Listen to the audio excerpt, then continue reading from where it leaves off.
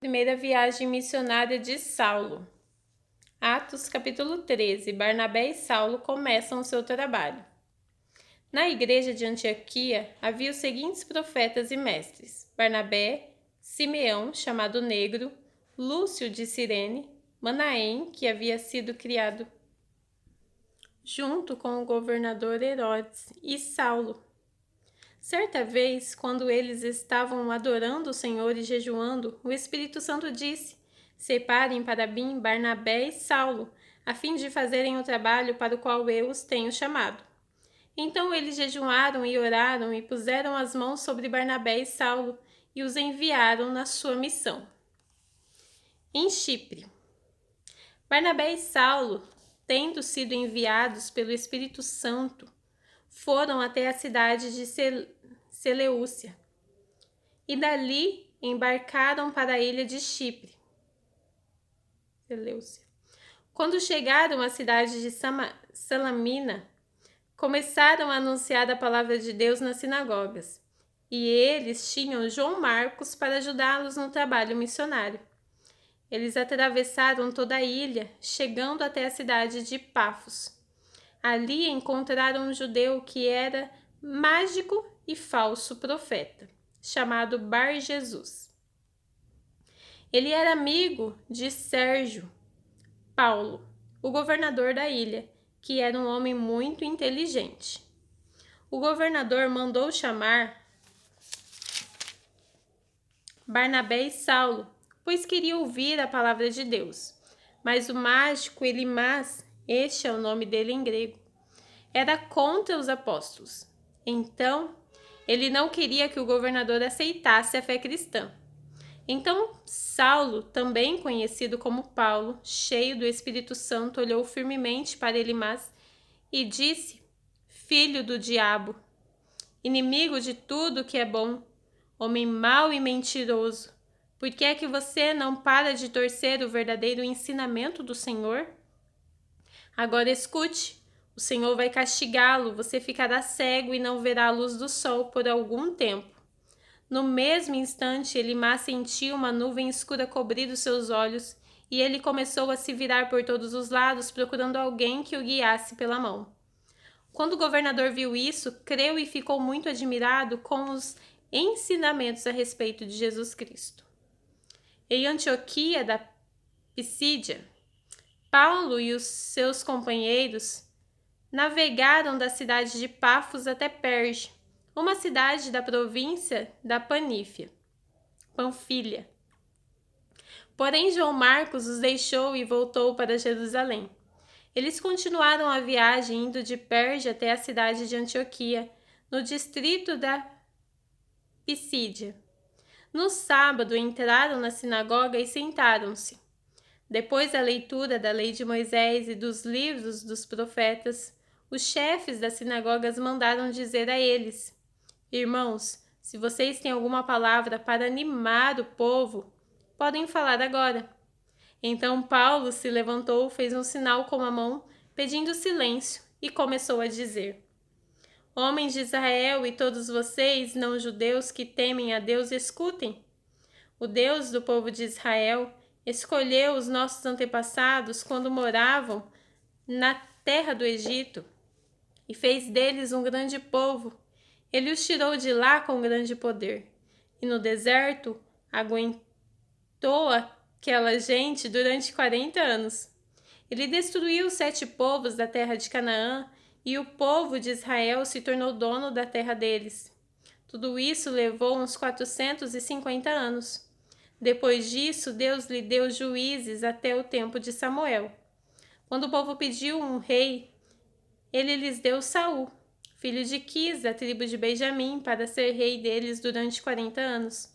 Depois que tirou Saul, Deus pôs Davi como rei e disse isso a respeito dele: Encontrei em Davi, filho de Jessé, o tipo de pessoa que eu quero que vai fazer tudo o que eu desejo. Um dos descendentes de Davi foi Jesus, a quem Deus pôs como Salvador de Israel, como havia prometido. Antes da vinda de Jesus, João Batista anunciou a sua mensagem a todo o povo de Israel, dizendo que eles deviam se arrepender e ser batizados. Mas quando João estava terminando sua missão, disse ao povo: Quem é que vocês pensam que eu sou? Eu não sou aquele que vocês estão esperando, mas escutem. Ele vem depois de mim, porém eu não mereço a honra de tirar as sandálias dos pés dele. Paulo continuou: Meus irmãos, descendentes de Abraão, e também vocês, não-judeus, que temem a Deus, escutem.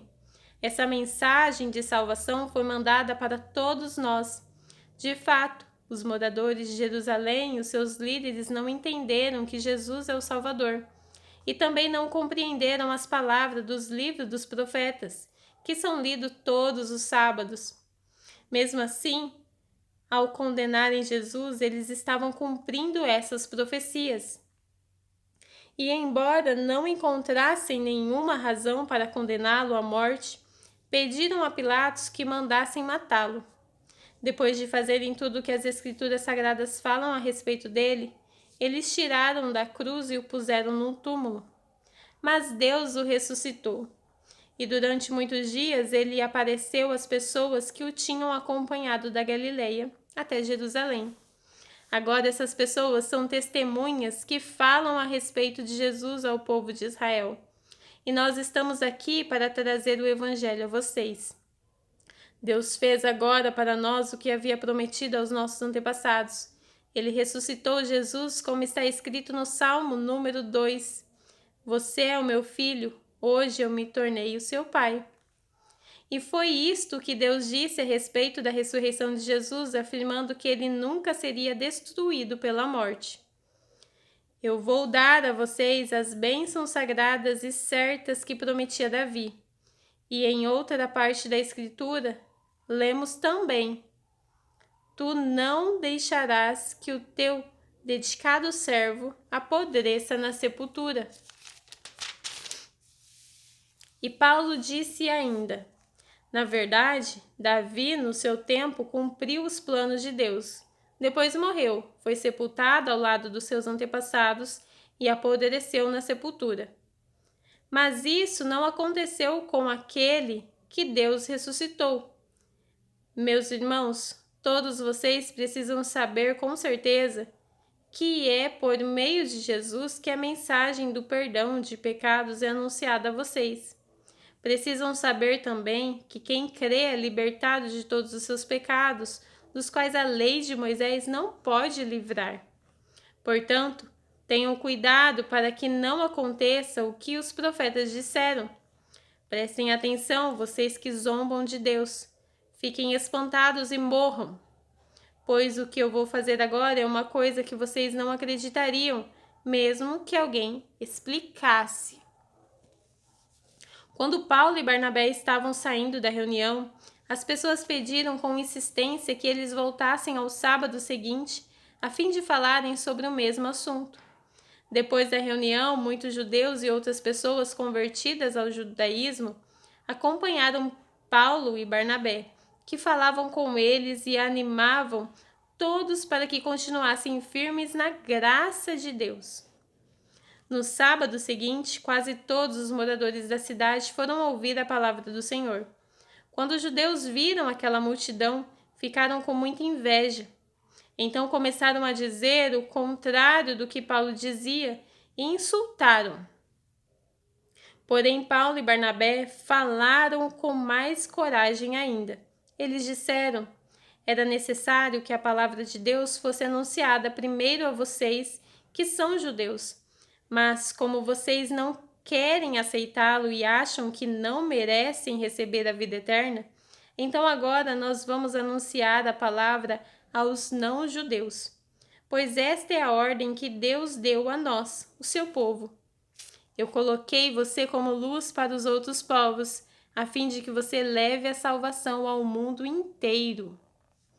Quando os não-judeus ouviram isso, ficaram muito alegres e começaram a dizer que a palavra do Senhor era boa, e creram todos os que tinham sido escolhidos para ter a vida eterna. A palavra do Senhor se espalhou por toda aquela região, mas os judeus atiçaram as mulheres não-judias da alta sociedade convertidas ao judaísmo e também os homens mais importantes da cidade, e começaram a perseguir Paulo e Barnabé, e os expulsaram daquela região. Então os apóstolos sacudiram a poeira das suas sandálias em sinal de protesto contra eles e foram para a cidade de Icônio. E os cristãos de Antioquia continuaram muito alegres e cheios do Espírito Santo. Em Icônio, capítulo 14. A mesma coisa aconteceu na cidade de Icônio. Paulo e Barnabé entraram na sinagoga e falaram de tal maneira que muitos judeus e não-judeus creram. Mas os judeus que não creram atiçaram os não-judeus contra os cristãos. Os apóstolos ficaram muito tempo em Icônio falando com coragem a respeito do Senhor Jesus. E o Senhor mostrava que a mensagem deles sobre a sua graça era verdadeira, pois ele dava a eles o poder de fazer milagres e maravilhas. Os moradores da cidade estavam divididos. Alguns apoiavam os judeus e outros eram a favor dos apóstolos. Então os não-judeus e os judeus, juntos com seus chefes, resolveram maltratar os apóstolos e matá-los a pedradas.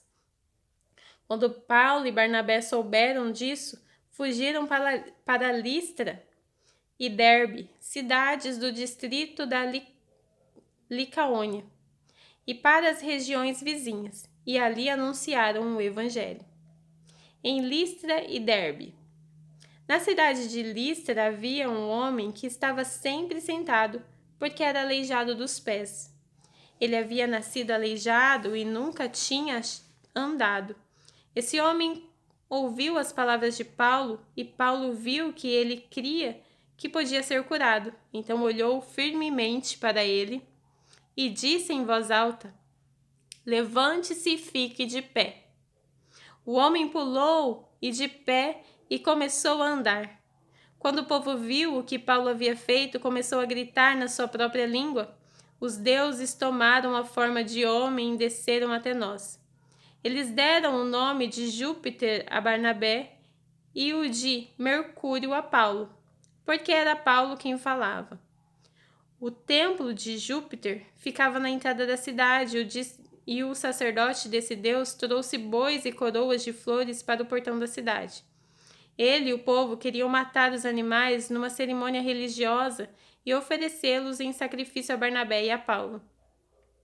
Quando os dois apóstolos souberam disso, rasgaram as suas roupas, correram para o meio da multidão e gritaram: "Amigos, por que vocês estão fazendo isso? Nós somos apenas seres humanos como vocês. Estamos aqui anunciando o Evangelho a vocês para que abandonem essas coisas que não servem para nada. Convertam-se ao Deus vivo, que fez o céu e a terra, o mar e tudo que existe neles. No passado, Deus deixou que todos os povos andassem nos seus próprios caminhos, mas Deus sempre mostra quem Ele é por meio das coisas boas que faz. É Ele quem manda as chuvas do céu, as colheitas no tempo certo. É Ele quem dá também alimento para vocês e enche o coração de vocês de alegria." Mesmo depois de terem dito isso, os apóstolos tiveram muita dificuldade para evitar que o povo matasse os animais em sacrifício a eles. Alguns judeus que tinham vindo da cidade de Antioquia e de Icônio conseguiram o apoio da multidão, apedrejaram Paulo e o arrastaram para fora da cidade, porque pensavam que ele tinha morrido. Mas quando os cristãos se ajuntaram em volta dele, ele se levantou e entrou na cidade de novo.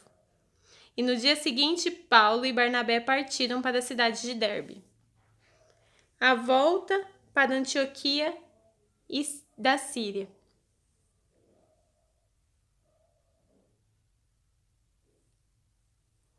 Paulo e Barnabé anunciaram o evangelho em Derbe, e muitos moradores daquela cidade se tornaram seguidores de Jesus.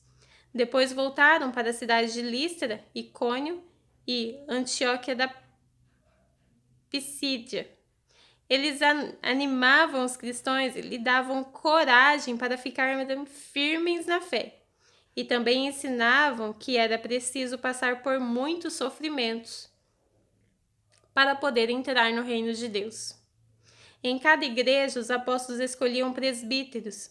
Eles oravam, jejuavam e entregavam os presbíteros à proteção do Senhor, em quem estes haviam crido. Então Paulo e Barnabé atravessaram o distrito da Pisídia e chegaram até a província da Panfilha.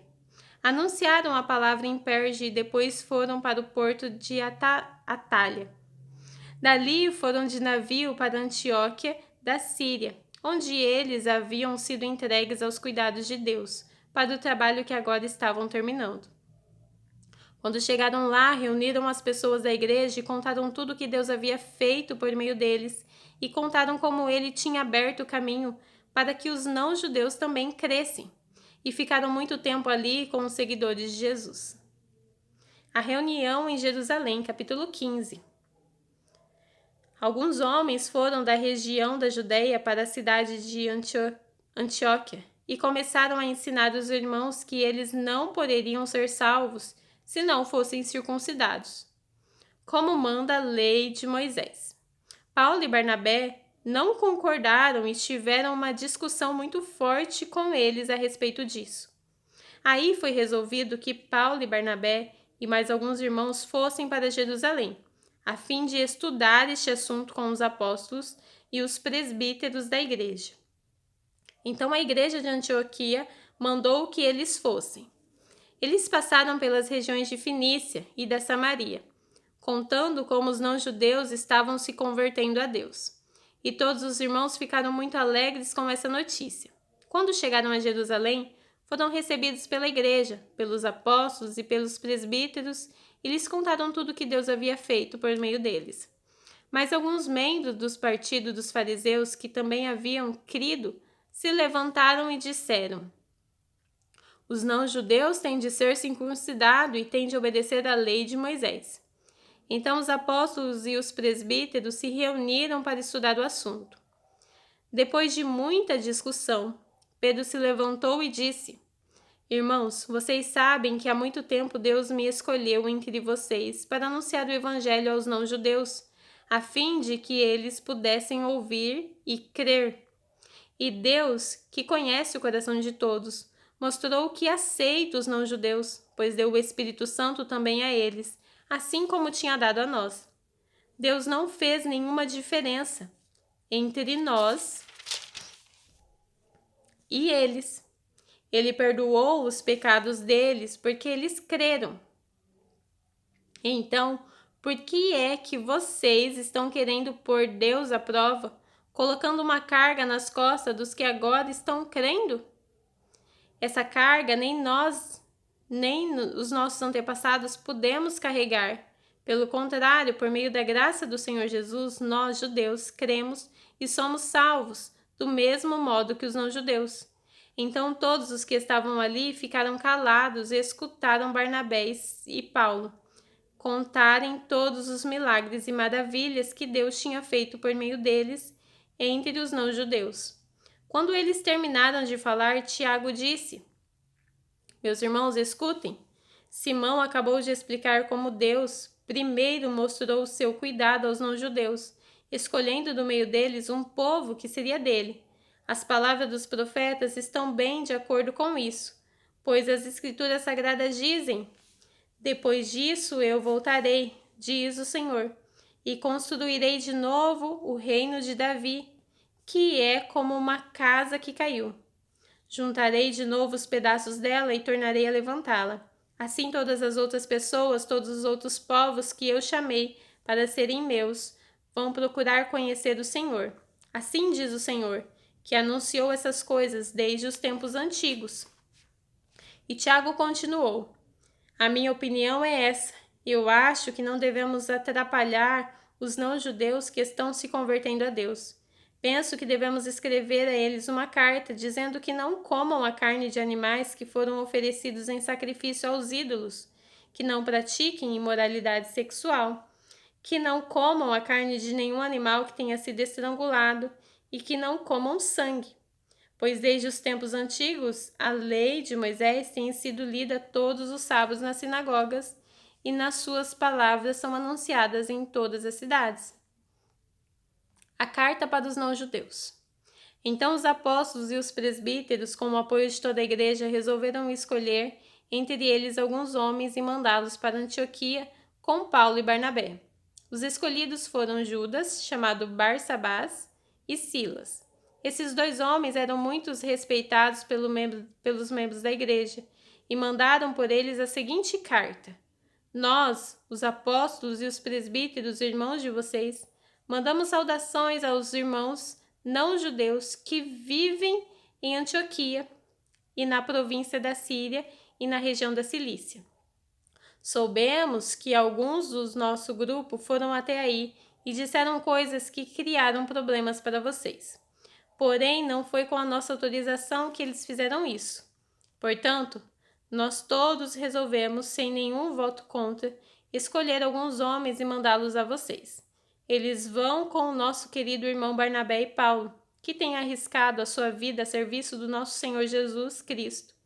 Estamos enviando, então, Judas e Silas para falarem pessoalmente com vocês sobre essas coisas que estamos escrevendo.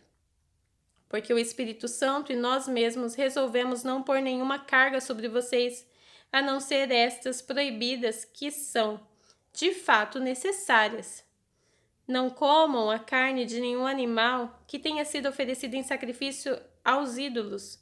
Não comam sangue nem a carne de nenhum animal que tenha sido estrangulado, e não pratiquem imoralidade sexual.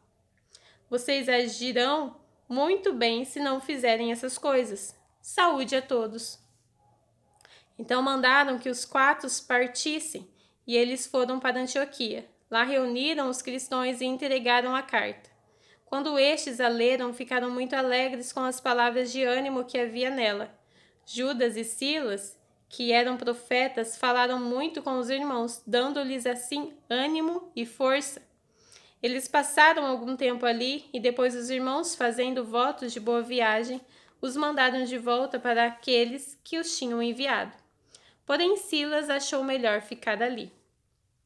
Mas Paulo e Barnabé ficaram algum tempo em Antioquia. Eles e muitos outros cristãos ensinavam e anunciavam a palavra do Senhor. A segunda viagem missionária de Paulo. Paulo e Barnabé se separaram. Algum tempo depois, Paulo disse a Barnabé: Vamos voltar e visitar os irmãos em todas as cidades onde já anunciamos a palavra do Senhor. Vamos ver se eles estão bem. Barnabé queria levar João Marcos, porém Paulo não queria, pois Marcos não tinha ficado com eles até o fim da primeira viagem missionária, mas havia deixado na província da Panfilha. Por isso, eles tiveram uma discussão tão forte que se separaram. Barnabé levou João Marcos consigo e embarcou para a ilha de Chipre, enquanto Paulo escolheu Silas e seguiu viagem depois que os irmãos o entregaram aos cuidados do Senhor. E Paulo atravessou a província da Síria e a região da Cilícia, dando força às igrejas.